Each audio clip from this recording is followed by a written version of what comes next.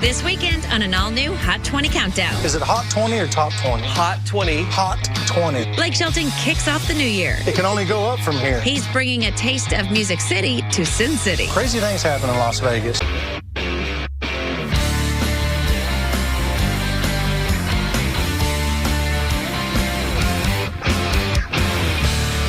Happy New Year and welcome to CMT's Hot 20 Countdown, your VIP pass to country music. I'm Cody Allen. We are in Las Vegas, where one of our favorites is taking over, superstar Blake Shelton. He'll discuss his plan for world domination, one Ole Red at a time. We'll talk family, farm life, and fun here in Sin City. All of that and much more on the way. It's a new year. That means an all-new countdown as well. Here's how we'll kick it off.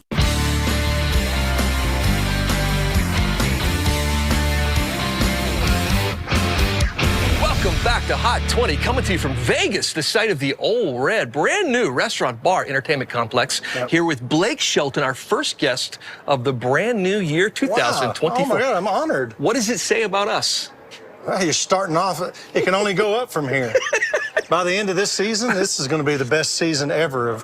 Is it Hot 20 or Top 20? Hot 20. Hot 20. Did they not tell you this before you show up for things like this? And I'm so shocked that you don't watch the show. I do watch the show. I'm getting old. I can't remember. This place is going to be awesome, by the way. Obviously, it's not done yet, right? This is not the final. It's not done just quite yet, but we're almost there. Okay.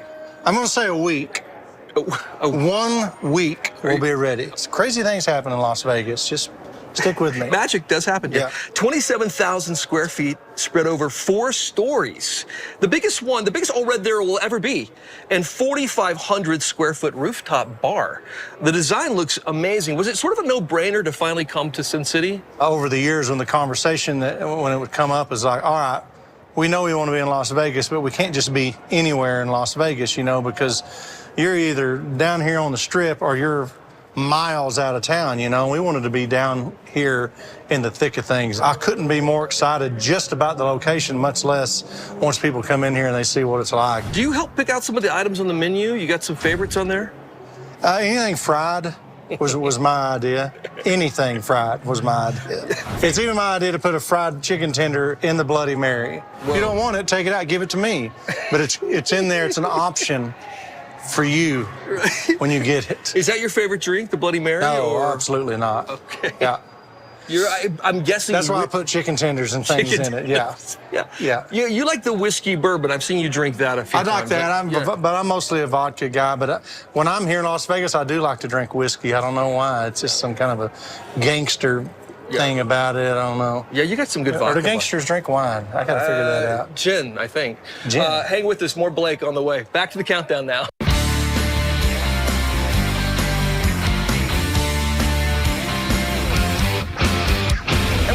With a little BS, Blake Shelton here on the show this weekend. Good to see you here in Las Vegas. I wondered about what things you like to do here, because there's all kinds of great entertainment happening all over the place. What's your favorite thing to do when you get to Vegas? You know, I've only been to Las Vegas probably 3,000 times in the last, 20 years. And I feel like at this point, Vegas has kind of become one of those things where it's like, oh, God, like, I got to rest my liver for a week before and after I go there. But I kind of got to where I like to just go. COVID was good for the reasons of being able to put on a mask and go down there and gamble, and nobody knows it's you. And you might just be sitting by the biggest voice fan in the world playing, nickel slot machines like I like to do, and just hanging out. And so I've started doing that again. Now, all of a sudden, 4 years after COVID, I'm still the one down there wearing the mask and being like, oh, I just don't feel good, and I'm gambling again. So Slot machines. I've rediscovered gambling. When it comes to entertainment, so many legendary residencies here. You've had, well, tell me your favorite here. Elvis, Liberace, Luke Bryan.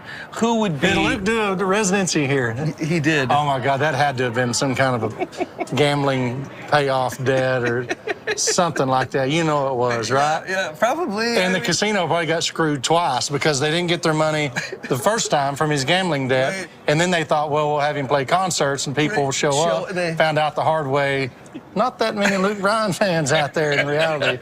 So that's what happens in Vegas, man. It's a gamble, even for the casinos. Stay with us. More Blake coming up. Back to the countdown now.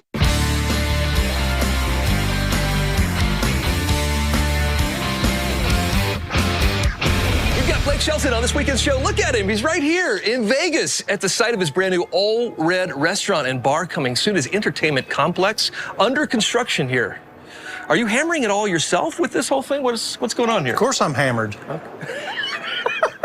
Barmageddon Season 2 over on USA Network. So it's back. Yeah. I love these.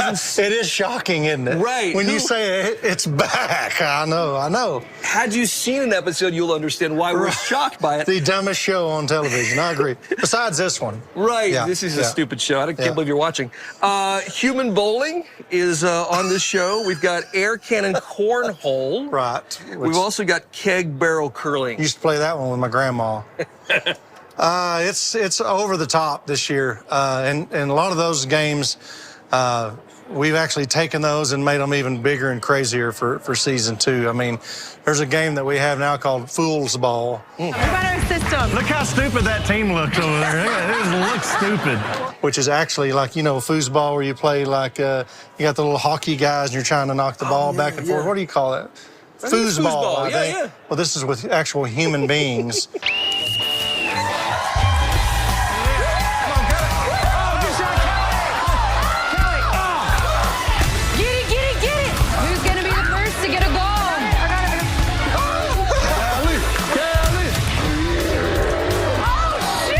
We played that with Kelly Clarkson and Michelle Rodriguez, and it got, you know, the people were getting hit in the privates, in the private areas, because you can't block yourself because you're like tethered to this pole. You see what I'm saying? Yeah, I do. So do you think of these games? Do writers think of this?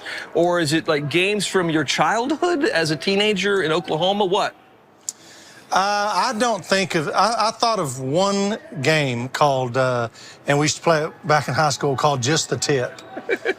And which is, of course, a magic marker on the end of a pool stick. Right. And you can only draw with just the tip of the pool stick. So you remember back from... I was thinking of something else, but go... No, it is the same one. Okay. Same one we all played. Gotcha. Guests on the new season of Barmageddon. You mentioned a couple just now. What, Carly Pierce is going to show up? Carly's there. Lauren Elena is there. Jelly Roll is a contestant. I'm trying to cover all of our country music family. I'm sure I'm forgetting somebody, whoever it is. Gwen Stefani. Whoever I forget, we'll give you the #1 video this week. This show's rigged anyway.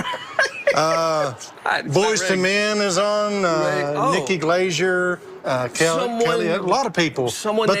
Gwen Stefani. I was building up to the, putting her on a pedestal there. As you should. She actually competes against me, which was a lot of fun. Is in the amount of time that I've known Gwen, almost 10 years, I've never known her to be competitive about anything, even The Voice. She's not competitive on The Voice.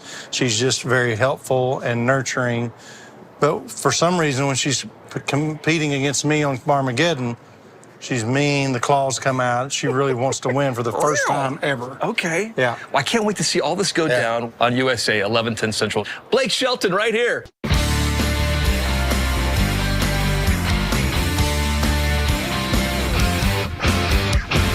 Shelton on this weekend's Hot 20 show. So excited to be here in Vegas with Blake. Hershey, Pennsylvania is where you'll start your brand new Back to the Honky Tonk tour, which I should tell you, you know, I get merch every time I'm at a Blake Shelton show. Do you really? I do, because I just want to have you close to me all the time and remember all the experiences. Oh, my God. I've had a few over the years, but this one, look, vintage. This is vintage with the mullet. You know what's funny is we realized, because I've had such... I'm not the greatest business guy, believe it or not. And I didn't hang on to any like old school merch, like it's just gone. Yeah. And so I had the great idea, well, why don't we just make new old school merch, vintage merch. So even though that came out last year. The colors I love. I mean, you know, you would never know that wasn't 1993. Totally. I have several different Blake Shelton shirts. I'll see what you roll out for the new tour. I don't know what that's going to be. I don't either. Your rider, I wondered about backstage, because every artist has like the things they ask for, they have to have for any show. What's your, like, the guilty pleasure? Dude wipes. Dude wipes. Yeah. Yeah. You know what dude wipes are? I do. I actually, they help with the wiping. Why do you need those? Especially for the tour. What? I don't know. Okay. I don't know. Okay. Just a good talking point. Well, I know we're looking for things here over the years, we've pretty much covered it all. Well, we're covering it slowly here. Yeah. But dude, vodka and Sprite Zero is always back there. It's always back there. I like fruit-flavored gum, like Trident, things like that. It's the fruity, like tropical, stuff. You put in like a minty piece of gum, and then you have your drink. It's like toothpaste and orange juice. Yeah. But like a good fruity, that's a good point. Tropical fruity Trident thing. Smart. It's almost like squeezing a grapefruit in your drink. Make sure you see Blake Shelton on tour, the Back to the Honky Tonk tour, and bring your dude wipes. Yep. You'll have his. You're gonna need them.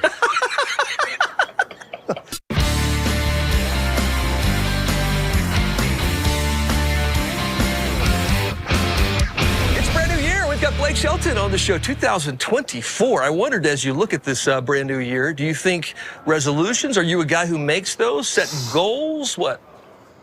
I learned a long time ago, I'm not the best at following through, and so I just don't do that to myself anymore. In fact, I don't answer the question anymore. That's my New Year's resolution. I'm not answering that. Okay. Oh, wow. Yeah. That seems not answering New Year's resolution questions. This is going to make for a great content piece then for our show. Great segment here. Are y'all recording this? Oh, are we? Are you putting out new music this year? Is that a goal, perhaps, for 24? I mean, yes, I'm putting out new music for sure. I mean, and if I don't, then I lied just then. But I've got some things recorded, and I just don't know what we're going to do. I mean, I don't know. Yeah. This segment's going great. One more here, and let me see if I can strike out here. Okay. Nobody watches this show for music anyway. I mean, come on. This is why they watch it. Tell me about the house during the holidays. You and the Shelton Stefani house. Is it Clark Griswold? It's over the top, outside and inside. I mean, and that's one of the things that Gwen and I completely agree on is if it's Christmas time, I want it almost like a completely different house that we live in just for Christmas, like over the top. Christmas lights outside, like the little town with the fake snow around it on the inside with the lights inside of them and all that crap, man. I love all that stuff. Too. Yeah, and Thanksgiving too. I want the pumpkins in there with that cone deal, the cornucopia. Yeah, with the corn coming out of it and grapes and stuff. Woo. Love that stuff. Yeah, it sounds like a good time at your house. All right, stay with us. More Blake coming up. Back to the countdown now.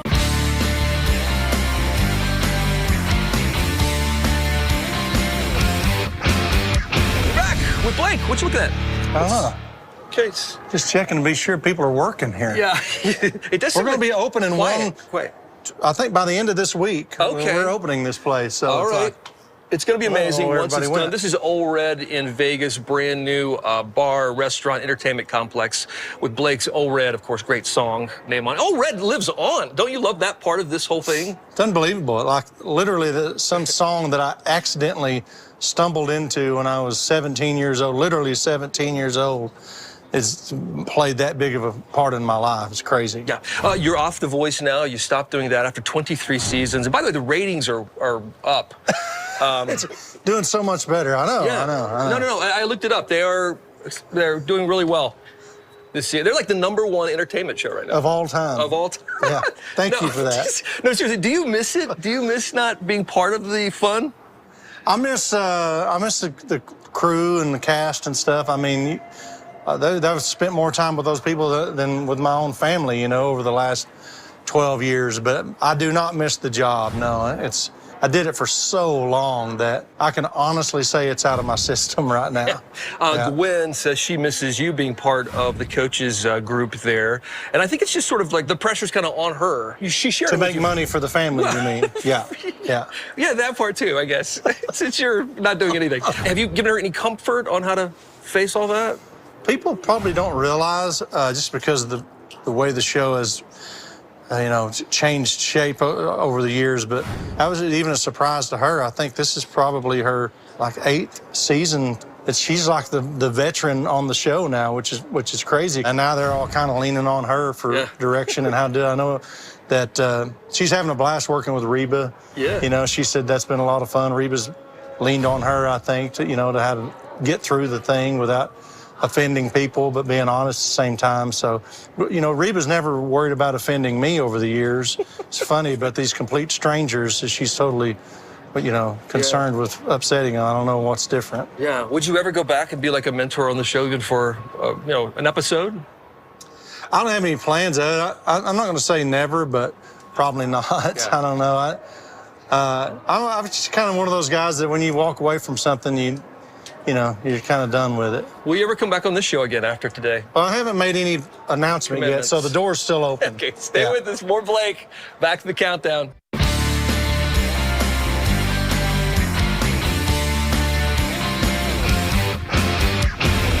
We've got Blake Shelton on this weekend show from Las Vegas. I found this so cool that you're doing a Sawyer Brown album documentary as well. Yeah. If you've not seen some of this, like, the footage is awesome because it takes you, transports you back to when they were such a huge group. Tell me about how that came together. Well, I actually got a call from my manager. It's been a couple of years ago now, and he said, man, I'm going to give you this phone number. It's Mark Miller. He wants you to call him. I'm like, Sawyer Brown, Mark Miller wants me to call him? He said, yeah, he wants to talk to you about a project they want to work on. And you know, the 16-year-old Blake inside of me was freaking out. You know, the very first concert that I ever went to in my life was Sawyer Brown. Yeah. Mark, who I'd met a few times over the years, but we weren't really close or anything, just, you know, a handshake, how you doing? Yeah. And he told me that they wanted to make the first album that they had made in 20 years, and they wanted me to help them produce it and then help them with this documentary. And my first thing I said to Mark was, and if he was standing here, he would tell you, which is, I said, man, you don't want me to do that because I'm not the most easy guy to get on the phone, and I'm kind of, you know, I'm not the best with schedules, and that's why I've never been a producer. It's like I'm not organized enough to produce an album. You know, he's like, man, I'll do all. I just want you to be there, and just help us with some ideas when we're recording. And so, well, I said, I can do that. And so when he calls me a producer, that's a little bit of a stretch, I would say. Stay with us. More Blake coming up. Back to the countdown now.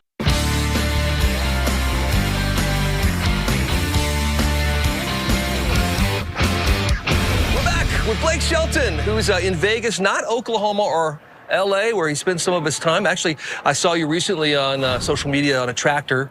You were, I guess, with corn there. You were doing something. What were you doing? It's corn. I love messing with corn. I love planting it. I love, you know, mowing it down. Just messing with corn, you know. Where did that start? Where did your love for farming begin? Was it as a kid?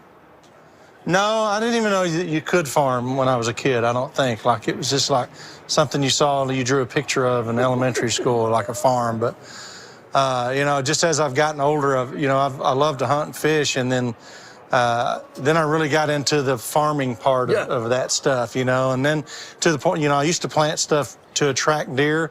Now I get mad if the deer get into my corn. And they're messing it up, you know. Run them out of there, you know, so... that's kind of, I've gotten real protective of it. Some people question whether you were actually farming during some of that. I saw some of the comments online. You were actually working, right? You were actually doing something. You weren't. I was actually doing it. Not just for cameras. And people put that online, you can kiss my ass. You hear that? You probably like Luke Bryan anyway. We have a video, speaking of Luke, who says, Luke says here that he might have better corn than you on his farm. Here's what he told us. It's not worth the Okay. Have we ever seen a completed product of his corn? I mean, you've actually seen me in the field harvesting edible corn, which I feed my family and we supply to, you know. I mean, Blake is feeding like chipmunks, possums. Woodland creatures that go on to deal with constipation. Right. Well, I'll say this about Luke. He's not wrong as far as I am selfish with my corn. Not feeding anybody with it. Because if I have to give it to them, they mess it up.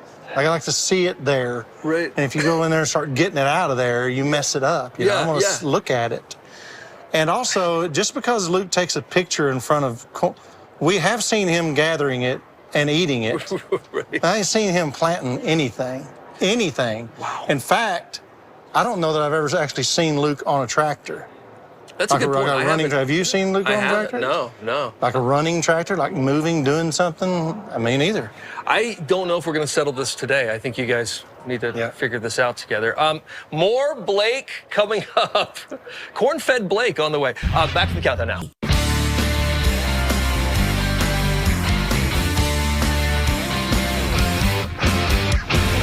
With Blake Shelton, we are in Vegas, in Tishomingo, where you spend a lot of your time there in Oklahoma. I know recently at the Ole Red there. By the way, this is the new Ole Red coming to Vegas, which is very exciting. Yeah. In Tishomingo, though, recently your stepson stepped out on stage, Kingston, which I thought, wow, do we have another rock star kind of in the family? What's going on here? So what was that night like?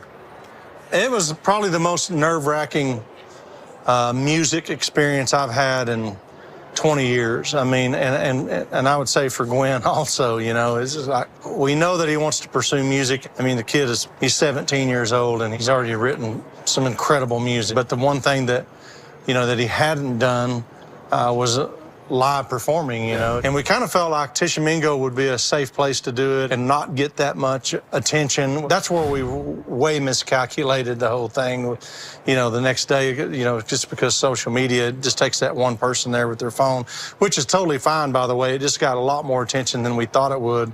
But thank God, I mean, he did a great job, you know, and there was nobody walked away, you know, thinking anything other than they got to be there the day this kid did his first first live public performance. You know, it was a magical night. So there's a lot of us who get to be stepdads at some point in our lives, and you're such a great one. I look at you with Gwen's 3 kids. What is it you love most about kind of playing that part in their lives? Man, it's tough. I take enjoyment in all of it. I also stress out a lot about it, you know, because it is important to me, and I don't want to be the guy that, you know, advised them, you know, to do the wrong thing somehow or whatever. I take that stuff, you know, about the only thing I do take pretty serious in my life. And obviously everybody out there watching that's got a kid knows what I'm talking about, but there's not that one thing that I can put my finger on. There's things every day, you know. It looks like so much fun. All right, stay with us. More Blake coming up. Back to the countdown now.